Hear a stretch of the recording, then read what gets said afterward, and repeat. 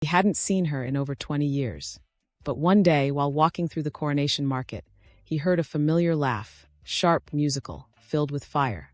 She stood at a fruit stall, still regal, still radiant, now older, with silver streaks in her dreadlocks and a no-nonsense air. She turned. Their eyes met. Time paused. "Leroy," she said, eyebrows raised. He chuckled. "Still look good, you know." She smirked. "Still sounds smooth."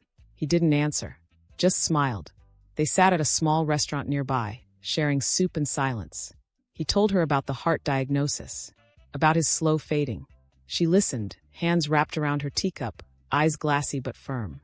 "You sang me back to life once," she whispered. "Let me do the same for you now." That day was the start of something old becoming new. Tune into Leroy Gibbons, the Velvet Voice of Dancehall on the History of the Caribbean's podcast to hear more. Click the link in my profile and start listening now.